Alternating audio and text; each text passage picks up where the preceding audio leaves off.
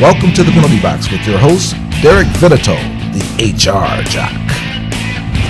The Penalty Box is a monthly webisode that collects headlines of public professional penalties that have been committed by professionals in all industries. From the latest sports and entertainment offenses to trending topics and events, we group these penalties into individual webisodes. We enhance your professional knowledge by sharing the map that connects you to a successful professional future.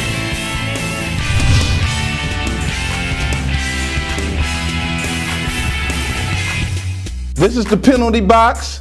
I'm very excited to present my special guest, Aaron Bowser from Howard University, aka the HBCU of all greatness. Man, I'm glad to have you here today. Glad to be here in the HR professional at its best. The Penalty Box welcomes Aaron Bowser. Glad to have you here, man. Glad to be here. So we're gonna go ahead and get right on into it. We talking employees, we talking workplaces, HR Jock, Aaron Bowser, Right. Can't be no better.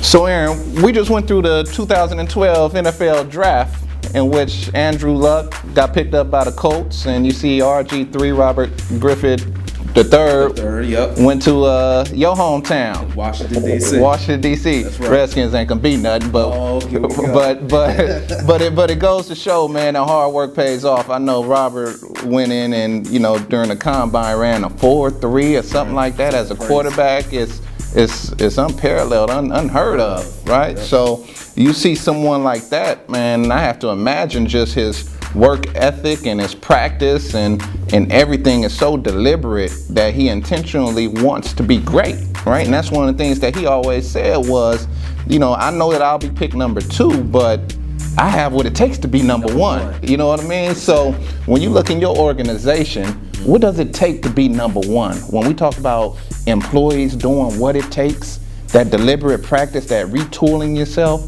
what does it take to be number one in an organization? Just you mentioned those football players. It doesn't matter where you're drafted at. Right. You come in with a vision, a goal, that I can almost smell. I see it when they come in. Right. So it's taking those visions and your goals and doing things to reinvent yourself, right, to stand out from the pack. Right. Taking tools in the professional setting that an HR or your college or university has given you, right, and applying that, but going above and beyond. Too many times we have that not in my job description. Right. I'm not going to do that. I'm gonna stay right here in my comfort zone. Exactly. And not do it. Right. And they're going to stay right there. Absolutely. For 5, 7, 10 years in the same position, while that person that got drafted, number 4, number 5, 6, right, I just promoted them to supervisor. Yeah. I don't know about you, but that's the type of individual that I don't want in my organization. Exactly. I recently wrote a book called Pink Slip Panic, and I talked to that exact point. It's that steady Eddie, that individual who's not gonna go above and beyond. When it comes down to head count decisions that we make as HR professionals, I'm gonna look at that individual to get out the organization. I'm gonna keep that person that goes above and beyond the call of duty each and every day. I think you're a prime example. We look at, we're backstage talking, and you were telling me how you walked on at Howard University, to be a football player. That one, number one, to me shows that you had a vision. It shows that you have drive, and it shows that you were going to do what it takes so that you can be successful. And you ended up playing ball at Howard. A lot of times with that example, too many times we have employees who want to come in and, again, just do their job description. Right. But when you have a player or an employee that comes in and they want to do other things, that's definitely something that I look for. Absolutely. Absolutely. And Aaron, I'm putting together a program right now called Manifest Vital Performance. And it talks about just that. It's called the MVP program. Okay. And it does just that. It's that whole concept of deliberate practice. So whether it be, employees taking advantage of tuition reimbursement to re-educate themselves, or it can be as simple as eating right. How many times during the workday, you go and have that big healthy lunch from Popeyes, go get Popeyes 5 wings and a biscuit, right? Right. And then and then you go back to work and you nodding off in a leadership meeting, right? So it can be talking about something as simple as eating right, but it's deliberate practice in conditioning your mind, body, and soul to really be the best as it can be, so that you can ultimately improve performance and productivity in your work. So again, it's MVP, manifest vital performance, and I see that you're doing that in your organization as an HR person, but also when you go back to your organization and you're coaching and you're developing employees, hopefully they can take a piece of that as well, because it's very important. It's important in organizations, as we saw with the Saints, right? And employees or the athletes for the Saints now, they're looking at ways to really improve their performance, because you don't have a coach. Exactly. You don't have a defensive coordinator. You got somebody who stepped in, probably don't have as much experience. We can go out there and be coaches, but it really takes the efforts of the employees or the athletes in this sense to really make a difference and to go above and beyond. So Aaron, just last week I was in conversation with a buddy of mine. We were sitting back watching the game. I forgot what game it was, but they had the woman announcer that came on at halftime with the mic, and he almost felt offended because this is a male-dominated sport, but yet you had women commentators coming in at halftime interviewing the athletes and doing all this. He was totally against it. But me, I had to sit back, I had to really think.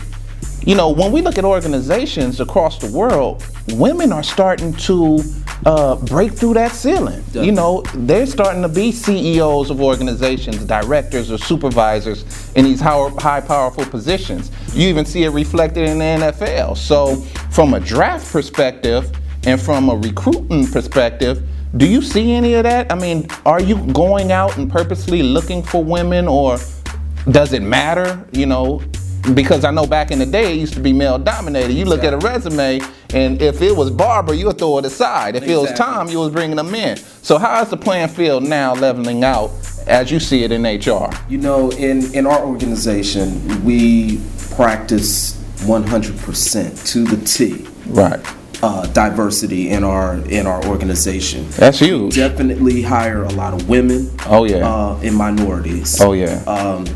And just because you're a woman, and to go back to some of those other points that we were talking about earlier, that doesn't mean that you're any less assertive, or you don't have those skills, those leadership skills. That's just not found in men alone. But definitely, we've promoted women to supervisors and directors in our organizations. So I don't want to exclude women and minorities, because you can do the same thing. And you're right. It's not a male-dominated industry anymore. Actually, we have most of our company is women. So and I actually sent out a blog not too long ago, because I do write for the HR Huddle blog on my website www.derekvidito.com. And that blog was just centered on that, was the fact that women can manifest vital performance. They can be MVPs of their organization. Now, you're going to have some challenges, as we've had, being, minorities or from a diverse background. But women face the same thing in organizations. But when you have a great organization like you're a part of, that recognizes differences, celebrates diversity, then women can really guide their own careers. Exactly. And don't use your past experiences or where you come from as an excuse. Myself, I'm a Howard alum. So Howard? Yes. Number one. I see you threw that in there about 2 or 3 times. Howard alum. I hear you. Yeah. So, coming from that, yes, we sometimes come out questioning, I come from a historically black college. How am I going to function in a predominantly white industry or a white organization? So you don't use that as an excuse. there's things about you that you can go get, you know, whether it's skills, things like that you can stand out from the pack. You can compete with those Harvard, those Yale, graduates. Absolutely. And in my program, the Manifest Vital Performance that I mentioned, we actually train individuals. We train not only women, but we also train entrepreneurs, we train leaders, we train teams on how to be best, how to be better, and how to improve performance in your organization, because that's what it bottoms out to.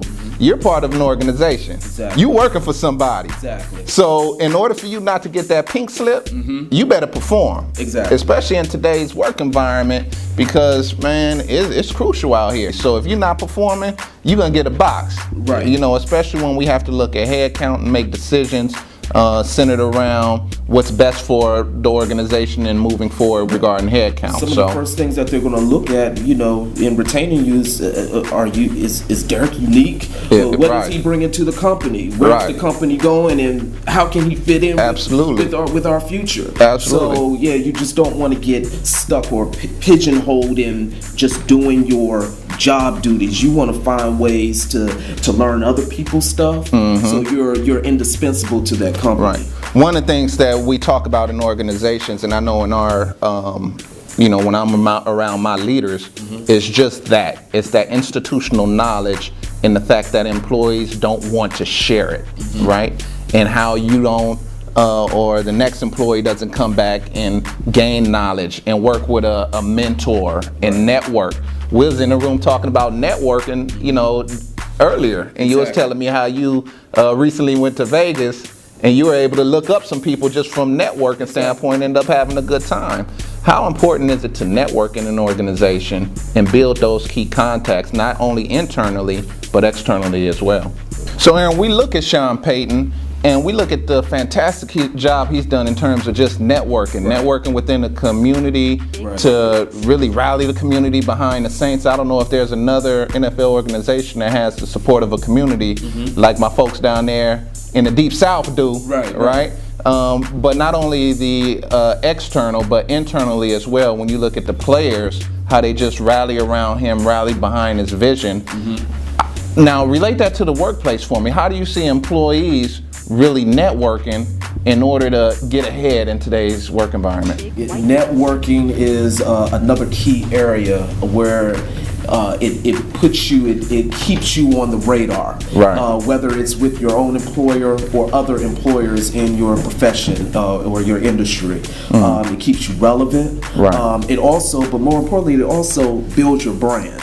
And it builds the company's brand as well. Yeah. So whether you're out there networking on behalf of the company, you know, you're building that company's brand, or you're out there yourself trying to find new leads, whether you lost a job or you're looking for something better. So networking is definitely key. Absolutely, and we see that, like I said, with Sean Payton, and there's a lot of other examples that we can go to if we had the time. We could just go through the list in terms of individuals who can network good, but when you look at yourself, I know Howard University grad, you got all type of things going on outside of HR, which is good as well. But when you look at just the ultimate employee, and we're talking about just drafting what employees can do to be the best in the organization, how they can break through and get into the door. So when you are looking at a position and you see a resume come through, what's some of the highlights on a resume that you're looking for just in terms of capability and abilities alone? I think it encompasses quite a few things. Some of the things that we went over as far as attributes, you know, from an integrity standpoint. Dedication. I can see how dedicated you are through, whether it's through how long you've been on a job, things that you're trying to learn to better yourself. So those are definitely things, you know, that I look for. I also look for in my organization places where you can grow and Right. where we can help you Right. as HR, because ultimately that's why we're there, is to help our employees grow and to become better. Yeah. So those are just a few things. I think one of the things that you said was key was dedication. So when I look at somebody like Rebecca Lobo, who played for the Yukon Huskies, Exactly. she had a certain work ethic that really set the bar and put her above everybody else. So, you know, again, I thank you for being with me, man. Anytime. You know, I just want to remind you and remind the listening audience about MVP, Manifest Vital Performance. It's a program that you'll see coming here shortly. Good. That's really about improving performance, really about getting at the heart of employees, whether you're an entrepreneur, manager, supervisor, I don't care what it is, but you're going to manifest vital performance. And you take part in this program, you're going to be all that in a bag of chips. That's what we call it in the hood, right? A bag of chips, all that in a bag of chips. So we're definitely going to be looking out for that. Oh yeah, absolutely. So before we go, I know that you're a Howard grad. Right. I'm gonna ask you, because you play ball, I'm gonna ask you, did y'all have a cheer before you got ready to get out on that football field? Did y'all have a cheer or let's go, let's get passionate? Do you remember? You know what? We just kept it simple. Whether it was just chanting Bison or Bison, that's what y'all was. You know, it didn't take us too much, because when you're number one, right? I hear you. You don't need too much pumping up. I hear you. When I used to play ball, we used to ask the team. I used to say, "How you feeling?" They say, "Feeling good." I say, "How you looking?" They say, "Looking good." I say, "Y'all ready to play?" They say, "Heck yeah." "Y'all ready to play?" "Heck yeah." So man, if in organizations, if they can get as excited as that, and they go out, man, with the same passion, motivation, and drive, no doubt about it that organization can be successful. Exactly. So I'm asking the viewing audience, how do you feel? How do you look? Are you ready to play? That's all we got for today, man. I appreciate it today. Anytime. Remember MVP, my man Aaron, I appreciate you. Howard's greatest, #1. We'll see you next week. All right. Peace.